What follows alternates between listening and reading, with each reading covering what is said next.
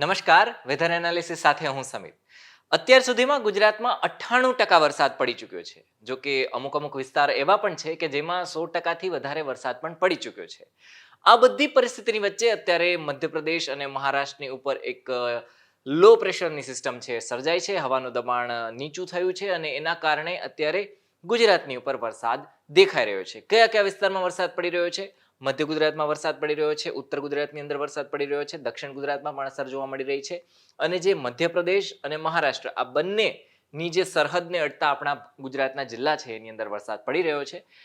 ગઈકાલે પણ સારો એવો વરસાદ પડ્યો હતો 9 તારીખે, અને એની વચ્ચે આજના દિવસમાં પણ 10 તારીખે વરસાદ સારો એવો પડી શકે છે એવી રીતના શક્યતાઓ દેખાડવામાં આવી રહી છે.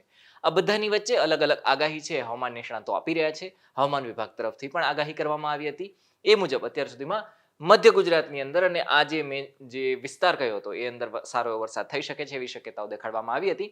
પરંતુ અત્યાર સુધીમાં પરિસ્થિતિ એવી છે કે હજુ સૌરાષ્ટ્રની અંદર પણ વરસાદ થઈ શકે છે, જેમ કે ગીર સોમનાથ, અમરેલી, બોટાદ આ બધા જિલ્લા એવા છે કે એમાં પણ વરસાદ પડી શકે છે. અને આના સિવાય ઉત્તર ગુજરાત, મધ્ય ગુજરાત અને દક્ષિણ ગુજરાત આ બધા જ જિલ્લાની અંદર વરસાદ થોડો ઘણો થઈ શકે છે. જો કે દક્ષિણ ગુજરાતની વાત કરીએ તો ત્યાં ભારે વરસાદ થઈ શકે છે એવી આગાહી દર્શાવવામાં આવી છે. પરંતુ મધ્ય ગુજરાત અને ઉત્તર ગુજરાત આ બંનેના જેટલા પણ જિલ્લા છે એની અંદર ક્યાંક હળવો વરસાદ થઈ શકે છે એવી રીતના હવામાન વિભાગે આગાહી આપી છે. આ બધાની વચ્ચે આપણે જોઈએ કે ગુજરાતની અંદર કેવો વરસાદ થઈ શકે છે. તો અત્યારે હાલ આપણે જોઈએ તો આ ગુજરાતનો નકશો છે અને આ ભારતનો નકશો છે. એમાં દેખાઈ રહ્યું છે કે ઉત્તર પ્રદેશ છે, ઝારખંડ છે, બિહાર છે અને બાકીના છત્તીસગઢ જેવા એના ઉપર અત્યારે વરસાદ દેખાઈ રહ્યો છે. દિલ્હીમાં પણ વરસાદ છે, ઉત્તરાખંડની અંદર પણ વરસાદ દેખાઈ રહ્યો છે અને અહીંયા છેક હૈદરાબાદ સુધી અહીંયા વરસાદ અત્યારે દેખાડવામાં આવી રહ્યો છે. આ વિંડી હતું. હવે ઝૂમના માધ્યમથી પણ જોઈએ તો એ મુજબ પણ અત્યારે અહીંયા એવી જ રીતના જે દેખાડવામાં આવી રહ્યું છે કે ઉત્તર ગુજરાતની અંદર, ઉત્તર પ્રદેશની અંદર વરસાદ છે, દિલ્હીની અંદર વરસાદ દેખાઈ રહ્યો છે. અત્યારે નેપાળની અંદર પણ વરસાદ છે, મધ્યપ્રદેશ હોય અથવા તો નીચે હૈદરાબાદ સુધીનો જેટલો પણ પટ્ટો છે, બિહાર, ઝારખંડ, ઓડિશા આ બધા જ વિસ્તારની અંદર વરસાદ થઈ શકે છે. આ બધી પરિસ્થિતિઓની વચ્ચે આજે કયા કયા જિલ્લામાં અંદર કેવો વરસાદ પડી શકે છે એવી હવામાન વિભાગે માહિતી આપી છે. તો એ પણ આપણે જોઈ લઈએ જેથી આપણે સમજી શકીએ કે ગુજરાતમાં ક્યાં કેવો વરસાદ થઈ શકે છે. આ જે લીલા કલરનું દેખાડવામાં આવ્યું છે એનો સીધો અર્થ એવો થાય છે કે આ જિલ્લાની અંદર વરસાદ લગભગ નહીં પડે. તો કયા કયા વિસ્તારની અંદર કેટલો કેટલો વરસાદ પડવાનો છે કે બાકીના બધા જે જિલ્લા છે દેવભૂમિ દ્વારકાથી લઈ અહીંયા ઉપર, અહીંયા એટલે ટૂંકમાં મધ્ય ગુજરાતમાં, અહીંયા સૌરાષ્ટ્રની અંદર અને અહીંયા દક્ષિણ ગુજરાતની અંદર આ બધા જ વિસ્તારની અંદર યલો એલર્ટ આપવામાં આવ્યું છે. એનો સીધો મતલબ એવો થાય છે કે થોડા ઘણો વરસાદ થઈ શકે છે એવી રીતના શક્યતાઓ દેખાડવામાં આવી રહી છે. આ બધી તો આપણે વાત કરી, પરંતુ આપણે કહ્યું હતું કે વરસાદ પડવાનો છે ત્યારે લોકોની કમેન્ટ નીચે જોઈએ ને તો એવી હતી કે શું તમે કહી રહ્યા છો વરસાદ નથી પડવાનો, અને રોજ તમે કહો છો કે વરસાદ પડવાનો છે છતાંય નથી પડતો ને એવી ઘણી બધી કમેન્ટ હતી. તો આપણે જોઈએ અત્યારે કે આપણે જે આગાહી કરી હતી કે 6 તારીખ બાદ જે હવામાનનો પલટો આવવાનો છે, 7, 8, 9, 10, 11, 12 આ બધી જ તારીખની અંદર વરસાદ પડી શકે છે એ રીતના આપણે કહ્યું હતું. અને આપણે જોઈએ કે આજે 10 તારીખ છે ને 9 તારીખે કેવો વરસાદ પડ્યો હતો, જેથી આપણે એ પણ સમજી શકીએ કે હવામાનની જે આગાહી છે એ સાચી પડી રહી છે કેમ, એ પછી કોઈ હવામાન નિષ્ણાંતની હોય અથવા તો હવામાન વિભાગની હોય. બધી પરિસ્થિતિને સમજીએ. હવામાન વિભાગ જે આંકડા એમણે રજૂ કર્યા છે એ મુજબથી તો અહીંયા જોઈ શકાય છે કે 9 તારીખે ગુજરાતના કયા કયા જિલ્લામાં કેટલો વરસાદ પડી ગયો છે અથવા તો પડ્યો છે એની માહિતી દેખાડવામાં આવી રહી છે. અલગ અલગ રંગ દેખાડવામાં આવ્યા છે.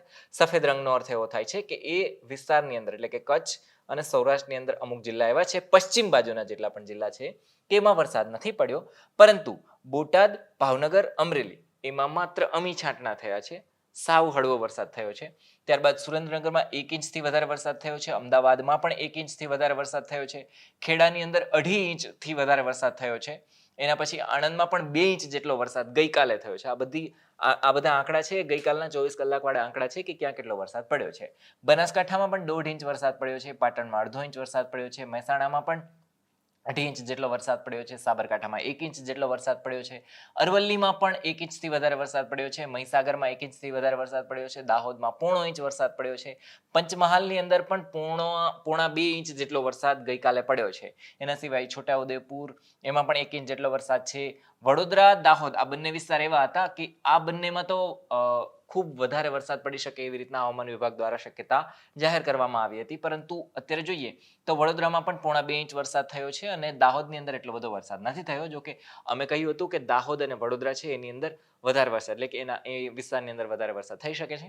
પરંતુ દાહોદમાં તો એટલો બધો વરસાદ નથી થયો, 1.5 ઇંચથી વધારે થોડોક વરસાદ થયો છે. પરંતુ વડોદરાની અંદર સારો વરસાદ થયો છે, 2 ઇંચ જેટલો વરસાદ થયો છે, જો કે 1.5 ઇંચ વરસાદ થયો છે. નર્મદાની અંદર પણ ખૂબ સારો વરસાદ પડ્યો છે. આ જે વિસ્તાર છે એ એકદમ જંગલવાળો વિસ્તાર છે અને ત્યાં ખૂબ સારો વરસાદ પડ્યો છે. તાપીમાં પણ 2.5 ઇંચ જેટલો વરસાદ પડ્યો છે. હવે આ તો આ વાદળી જે હતા એની અંદર દેખાડવામાં આવ્યું છે કે ત્યાં ઠીક વરસાદ થયો છે. અહીંયા તો સાવ અમી છાંટણા થયા છે એટલે કંઈ ન થયું એવું કહી શકો. પરંતુ એના પછી દક્ષિણ ગુજરાતની આપણે વાત કરીએ તો એમાં ખૂબ જ સારો વરસાદ પડ્યો છે. અહીંયા જોઈ શકાય છે ભરૂચમાં 3 ઇંચથી વધારે વરસાદ, સુરતમાં 3 ઇંચ જેટલો વરસાદ, નવસારીમાં 3.5 ઇંચ જેટલો વરસાદ નવસારીમાં. એના પછી ડાંગની અંદર અને વલસાડની અંદર આપણે કહ્યું હતું કે ખૂબ જ વધારે વરસાદ પડવાનો છે. ડાંગમાં પણ 4 ઇંચથી વધારે એટલે કે 5 ઇંચ જેટલો વરસાદ, 4.5 ઇંચ વરસાદ પડ્યો છે ગઈકાલે. અને વલસાડની અંદર પણ 5 ઇંચથી વધારે વરસાદ પડ્યો છે. તો આ તે હવામાન વિભાગની આગાહી. એના સિવાય હવામાન નિષ્ણાતો છે એમની પણ આગાહીની જો આપણે વાત કરીએ તો અંબાલાલ કાકા એવી રીતના વાત કરી છે કે હજુ પણ 14 તારીખ સુધી વરસાદ રહી શકે છે અને આ 12 તારીખ સુધી લગભગ વરસાદ રહેવાનો છે. એટલે કે હજુ 2 દિવસ વરસાદ રહી શકે છે અને 14 તારીખ પછી નવી સિસ્ટમ બનવાની છે. એટલે કે એ સિસ્ટમના કારણે પણ વરસાદ થવાનો છે. અને હવામાન વિભાગે જે કહ્યું છે એ મુજબ ત્રીજા અઠવાડિયાની અંદર એટલે કે આ સપ્ટેમ્બરના ત્રીજા અઠવાડિયાની અંદર પણ વરસાદ પડી શકે છે. અને આ બધી જ પરિસ્થિતિઓની વચ્ચે આપણે એ પણ જોયું કે હવામાનની આગાહીઓ સાચી થઈ રહી છે કે કેમ, એ અહીંયા આપણે અત્યારે જોયું છે. હવે જે કંઈ પણ લેટેસ્ટ અપડેટ છે એ પણ અમે તમને આપતા રહીશું. અમારી સાથે જોડાયેલા રહેજો. ધન્યવાદ.